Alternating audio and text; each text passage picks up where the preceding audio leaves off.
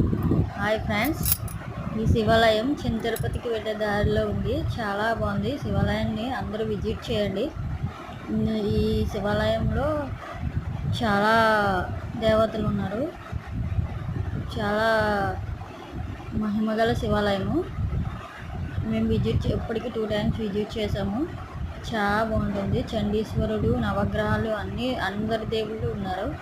చాలా బాగుంటుంది. ఒకసారి మీరు కూడా విజిట్ చేయండి. అందరికీ మంచి జరుగుతుంది. Thank you friends.